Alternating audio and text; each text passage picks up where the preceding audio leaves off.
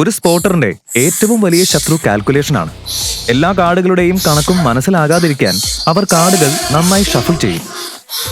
അവൻ ഒരു നല്ല പ്ലെയറാ, പക്ഷെ ഒരു നല്ല പ്ലെയറിനെ നല്ല സ്പോട്ടർ ആകാൻ പറ്റും.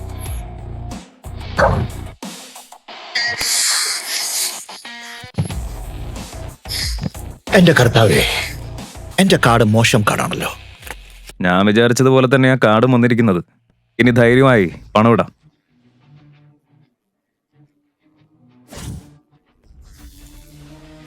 മൂന്ന് കാർഡും സെയിം കാസ്റ്റ്. പിടിച്ചാ എല്ലാം നമ്മുടെ സൈഡാ.